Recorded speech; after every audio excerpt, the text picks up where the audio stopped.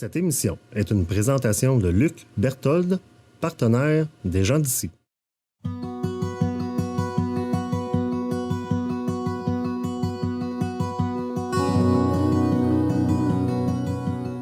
Bonjour à tous et bienvenue à un nouvel épisode de La Parole aux aînés. Cette semaine, je suis en compagnie de mon acolyte, Grâce, et j'ai aussi la chance d'être avec Monsieur Gilles Turcotte. Donc, M. Turcotte a été sélectionné pour l'émission parce que il est un homme qui, au cours de sa vie, a toujours trouvé les moyens de réaliser ses rêves. Donc, M. Turcotte se décrit comme un homme sérieux, mais déterminé. Donc, bonjour, M. Turcotte. Bonjour, mesdames. Bonjour. Merci d'avoir accepté notre invitation. Ça me fait plaisir, vous savez. Donc, nous, ça nous fait plaisir d'apprendre à découvrir un peu les parcelles de votre vie que vous voudrez bien nous partager. Bien. Donc, on va commencer un peu avec vos origines, dans le fond. Bien. Vous êtes originaire de quel endroit? De Lévis. Lévis. C'est la meilleure place pour voir le château Frontenac. Il semblerait que c'est le plus beau point de vue, effectivement. Ouais. Donc, est-ce que vous venez d'une grande famille? Oui, on a 9 enfants. 9 enfants. Mon père, 77 ans lorsqu'il est disparu. Ma mère a 99 ans et 1 mois. Il est important, le dernier mois. C'est un mois-là. Puis vous êtes le 6e, je crois. Le 6e de la famille, c'est ça. Puis, bien, dans le fond, votre père, il occupait quel métier quand vous étiez petit? Si mon père avait un métier, mon père était un vendeur de matériaux de construction. Il était très bon avec les communautés religieuses. OK. Où il y avait des religieuses. Or, il savait quoi leur dire pour qu'ils puissent acheter, quoi.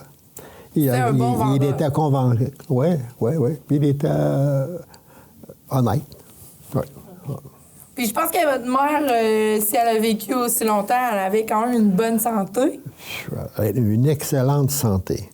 Elle était en famille enceinte 17 fois. Ah, quand même. Oui. C'est elle qui me l'a dit, hein? Mais je pense que vous êtes chanceux, en quelque sorte, parce que votre mère vous a transmis sa bonne santé. Là. Ah oui, il paraît qu'elle m'aimait beaucoup quand je suis né.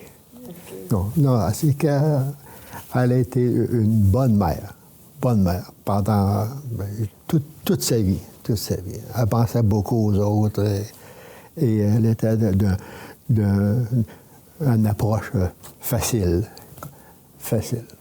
Puis là, bien, vous, quand vous avez commencé à étudier, vous êtes devenu un pensionnaire, dans le fond. Vous nous avez apporté une photo ici. Est-ce que vous pouvez nous en parler? Il faut que je dise ceci. 2 ans, j'étais un pensionnaire, 3 ans. Mais de ces 3 ans-là, 2 années, nous étions 6 pensionnaires. 3 garçons et 3 filles. De vos frères et sœurs, là? C'est ça, frères et sœurs. Eux autres étaient dans un couvent, pensionnaires dans un couvent à Lauson, qui est à la banlieue de Lévis. Et moi, avec mes 2 autres frères, nous étions à Saint-Louis-de-Gonzague, des religieuses. Puis vous, dans le fond, ça vous a quand même plu, la vie au pensionnat. Vous êtes bien acclimaté, là, à ça. Moi, ce que je me rappelle, c'est que mes 2 frères étaient en classe. Ils avaient de bons résultats à l'école, mais ils pleuraient tout le temps. Ils s'ennuyaient. Moi, à l'école, j'avais pas des mauvaises notes, mais c'était plus turbulent, j'aimais jouer, puis je me faisais des amis facilement. C'est ce qui n'était pas, qu'ils n'avaient pas, eux autres. Fait que, ils ont abandonné après la 2e année.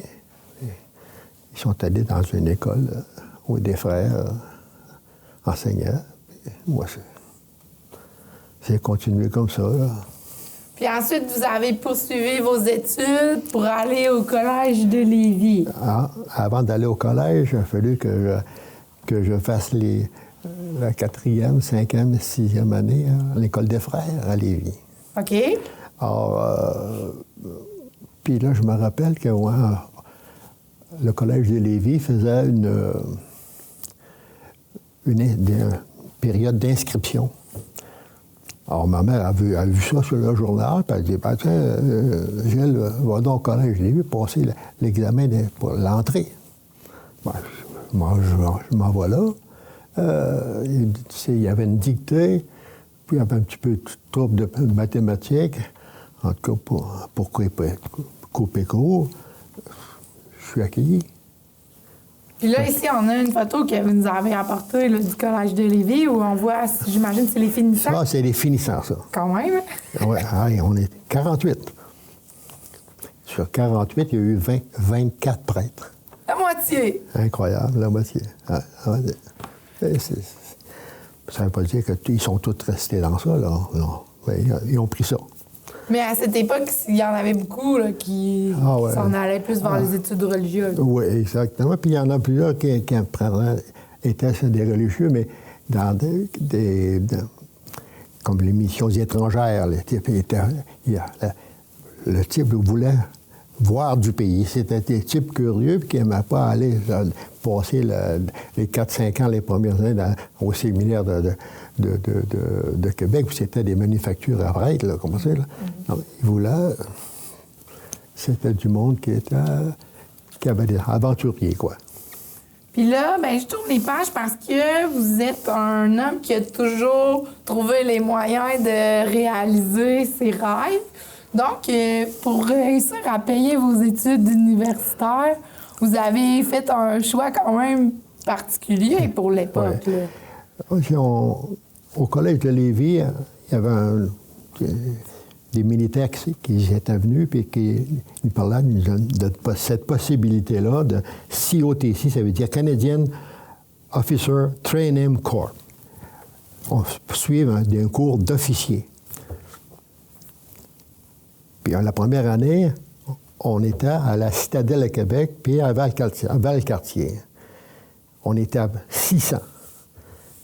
Puis à la fin de la section, du 4 mois, 4 premiers mois, c'est-à-dire juin, juillet, août, septembre, on demandait où l'étiez-vous aller. Bien, il y en a qui aimaient ça dans les blindés. En tout cas, il y a seulement 4 qui ont choisi l'infanterie. Fait que là, incroyable, l'infanterie, à 4. Puis là, ils ont dit que c'est plus la Citadelle, c'est plus à Valcartier, c'était à Borden, en Ontario. OK. Ah ben tiens, à Borden, c'est pas pire, c'est pas loin des chutes Niagara, Toronto. On va aller à Borden, on va à Borden. Il y avait 70 000 entre Barrie, qui est près de Borden, et Toronto.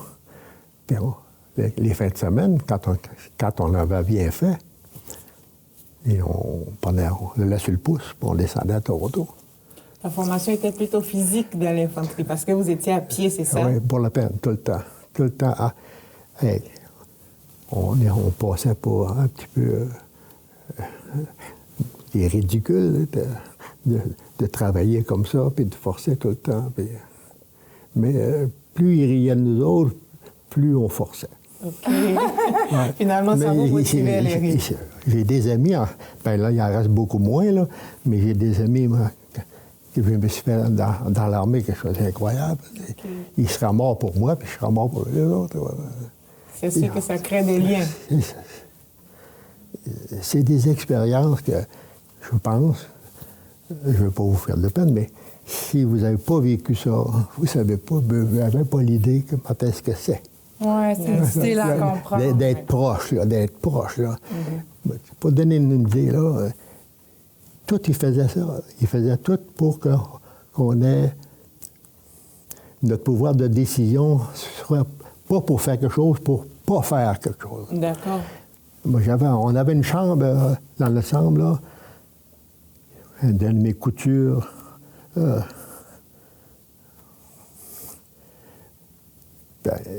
Mes souliers n'ont jamais touché au plancher. OK. OK. jamais toucher au plancher. Quand on arrivait, là, on s'enlevait les bottes, ou encore, pour que le plancher soit le plus beau possible, on avait un bélanger qu'un gars qui pesait à peu près peut-être en haut de 200 livres. On l'assoyait dans une couverture, puis on le promenait sur le plancher. OK. Pour que ça soit brillant. Wow. Puis quand on arrivait le lendemain à l'inspection, bien là, l'inspection, on était au bout du lit. Puis là, il fallait le sergent ou le commandant du peloton prenait un temps dessous, puis l'envoyait en l'air. S'il ne rebondissait pas de 4 pouces, C'était pas bon. Ouais. Et là, c'est votre formation dans l'armée qui vous a permis de payer vos études à l'université. Ben oui, là, alors, écoute, à ce temps-là, on parle de 1957, là, quand quelqu'un faisait, mettons, 100 piastres dans la semaine, Wow. c'était de l'argent. Oh là là. Mais c'est ça qui nous amenait. Oui, oui. C'est ça qui nous amenait là. Pourquoi? Moi, les 4 avec qui j'ai logé là, les tours quasiment 4 ans, il n'y en a pas un qui a continué. OK. Puis, dans on le était fond- tous pour les étudiants. OK. On allait là pour payer nos études. Ouais. Et puis dites-nous un peu, pourquoi est-ce que vous avez choisi de faire des études pour être optométriste? Parce que votre père, il était vendeur Non. de matériaux de construction. Mon père était pas. Le Et, mari de. Voilà. Le Qu'est-ce qui vous a mari d'elle, motivé? ici, là, Oui. était un opticien d'ordonnance. D'accord. Il travaillait pour un ophtalmologiste à Québec. L'ophtalmologiste à Québec est allé pratiquer à Thetford Mines. D'accord. Sa femme s'ennuyait à Thetford Mines. Elle voulait revenir à Québec. Mon beau-frère a dit « Oui, je vais aller avec toi quand tu vas revenir à Québec, mais tu vas attendre pour que je finisse à l'université. » Fait qu'il est resté. Il restait 2 ans. Fait que, il est resté 2 ans. Quand il est parti le 15 mai, je me rappelle, 15 mai 1960, parti du bureau le matin, il a enlevé ses cils. Moi, je suis rentré dans le 15 mai 1960 en rentrant dans l'après-midi. Fait que, dans le fond, c'est votre travail qui vous a amené à venir vous établir dans notre région. Exactement. Je n'étais jamais venu à Thetford. Je ne savais même pas où est-ce que c'était. Pourtant, j'avais un centre d'orientation qui était populaire. J'étais fort en géographie. Mais en tout cas, quand je suis ici, à Thetford, on se mêlait dans la ville. Dans ce temps-là, il y avait des hôpitaux. Pas des hôpitaux, mais des autobus qui circulaient sur l'avenue Labbé. Alors, on avait la maison à la 9e rue, la maison qui appartenait à un dénommé John Shock. John Shock. On prenait des fois, je faisais aller à pied. Le bureau se trouvait à être quasiment devant l'église Saint-Alphonse. Fait que c'était une bonne marche. Ou des fois, je prenais l'autobus. Et là, il faut que je vous raconte quelque chose. Quand je suis arrivé à Thetford, je parle qu'au début de mai 60, le propriétaire de la bâtisse qui était là, il s'appelait John Shock, m'invite avec le type qui avait un garage, Paul-Émile Filion, qui avait le garage Mercury. Fait que Paul-Émile Filion, il dit « Hey, Gilles, comment ça va? Ça va bien? T'as pas de l'auto? Hey, je sors de l'université, là, point sous, donne-moi une chance, là. » Le lendemain, écoutez ça, là, il arrive avec une clé, une voiture flambant neuve. Oh là là. Tu la paieras quand tu pourras. Il vous l'a donné? Bien, vous l'a laissé à crédit, dans le fond. Oui, exactement. Hey, ça va pas. Ben là, tout de suite, elle me dit, hey, le monde à Thetford, c'était incroyable. Hey, c'était un peu ce qui m'a fait apprécier ça. Puis là, j'avais étudié un petit peu la situation économique. Thetford était, en 1970-72, la 7e ville au Canada pour la hauteur des salaires. OK, ouais, quand même. C'est bon, ça, quand même. Mais c'est ça qui est quand même phénoménal de votre parcours, c'est que vous avez réussi rapidement à intégrer l'élite de la société? Bien, je vais appeler ça, que ça soit la chance. La chance. Puis le type, quand il dit que je suis allé avec Fleurette acheter des pantalons chez Seth-Lacouille, Henri Seth-Lacouille, il s'est aperçu que j'étais un nouveau dans la chose. Si tu veux faire des affaires, essayer d'être bien, là, rentre dans des clubs. Vous avez eu un bon conseil de Henri Seth-Lacouille. Hey, je rentre dans le Rotary, c'était tous les dirigeants de mine qui étaient là. OK. Hey. Puis j'ai fait un journal du Rotary pendant 7 ou 8 ans. Wow. On est devenus des copains un peu. C'est un jeu de circonstances favorables qui m'est arrivé. Mais c'est quand même par vos implications que vous avez réussi à vous créer un réseau, là. Entre autres, vous êtes impliqué dans les Rotaries, mais aussi au niveau du baseball. Ah, là, c'est terrible, ça, le baseball, ça. Moi, j'avais joué, mais je pensais plus que c'était fini, moi, ça. Ah oui? Ça. Quand je suis arrivé ici, en fait, j'avais rencontré un type qui s'appelait André Pomerleau, aujourd'hui décédé. Pomerleau. Il m'invite à une réunion qui se passait à l'hôtel La Salle dans ce temps-là, l'hôtel La Salle, pour parler du baseball. Je n'avais rien à faire, je suis rentré là. Quand je suis sorti de la réunion, j'étais président puis directeur général. Parce que l'équipe ne voulait pas le faire. Oui. Mais vous avez quand même réussi à apporter des grands noms là, dans notre région. Oui, je comprends.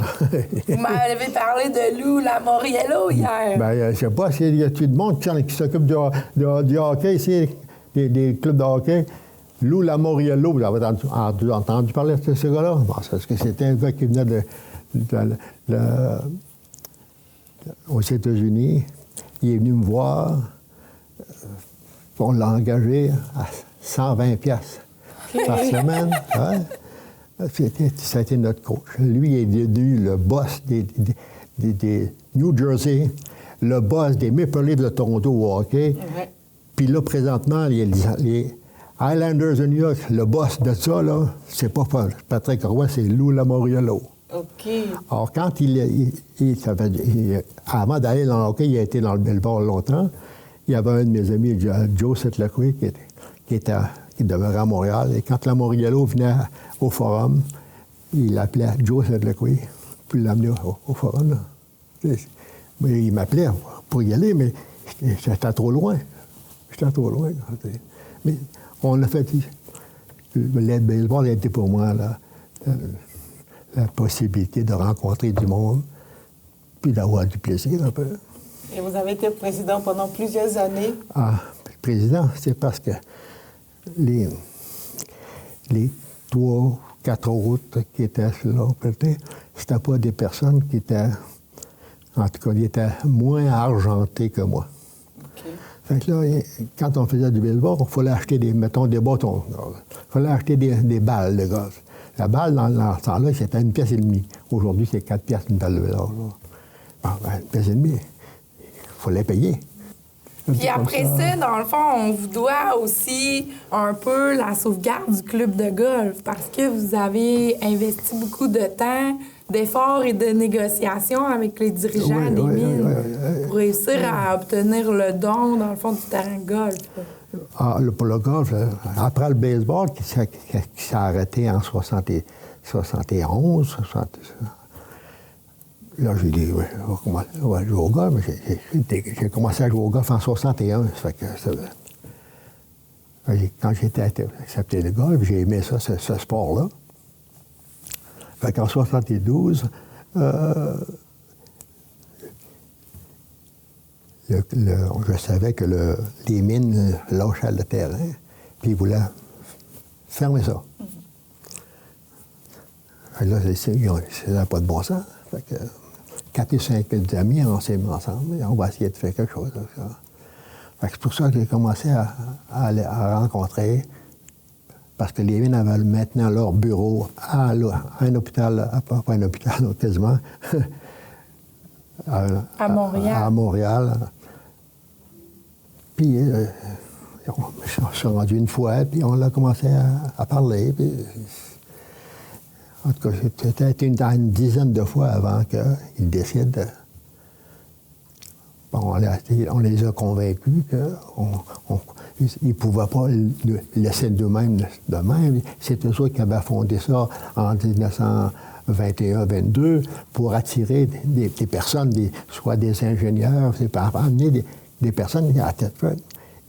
Ah, puis là, il y avait un club de golf. Il faut leur dire une chose.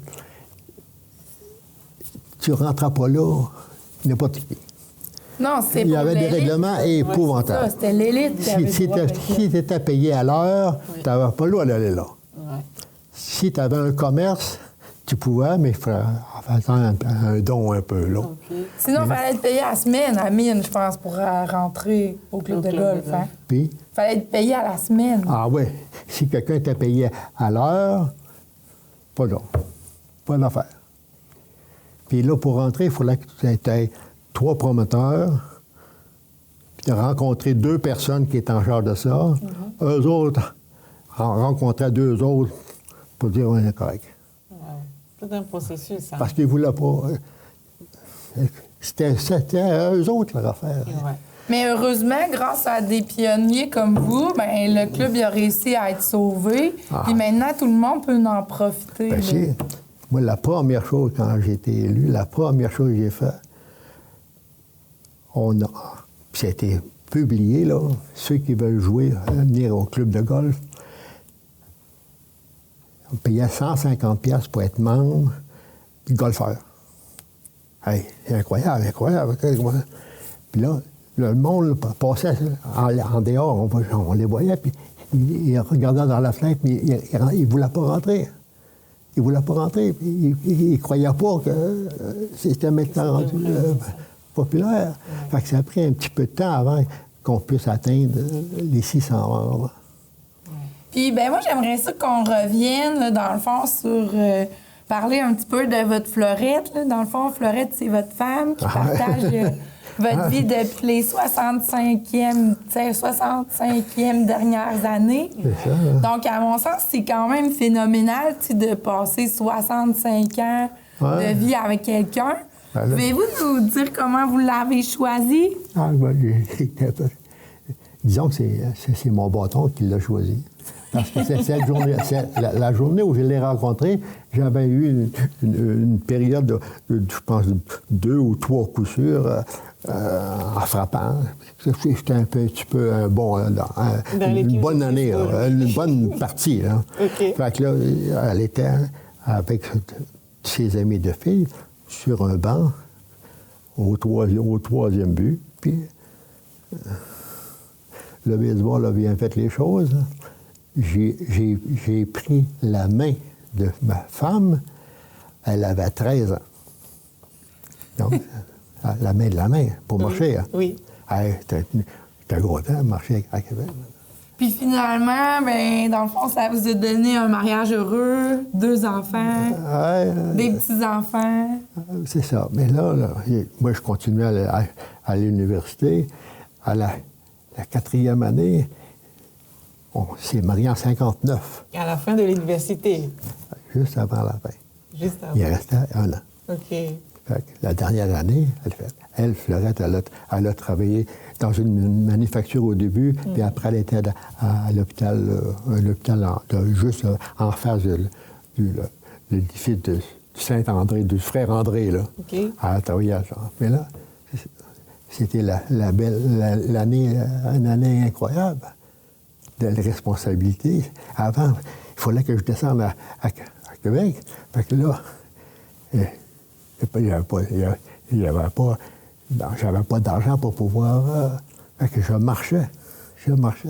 J'ai traversé le pont Jacques-Cartier à pied. OK. Faisait du pouce. Fait qu'on peut dire que qu'est-ce qui vous a tenu en aussi bonne forme dans toutes ces années, c'est l'amour, mais aussi la marche, puis la santé physique a toujours été importante pour vous. Très. Encore aujourd'hui, je pense que vous allez vous entraîner en gymnase. Je suis allé hier après-midi. Ben oui, c'est toujours tout seul.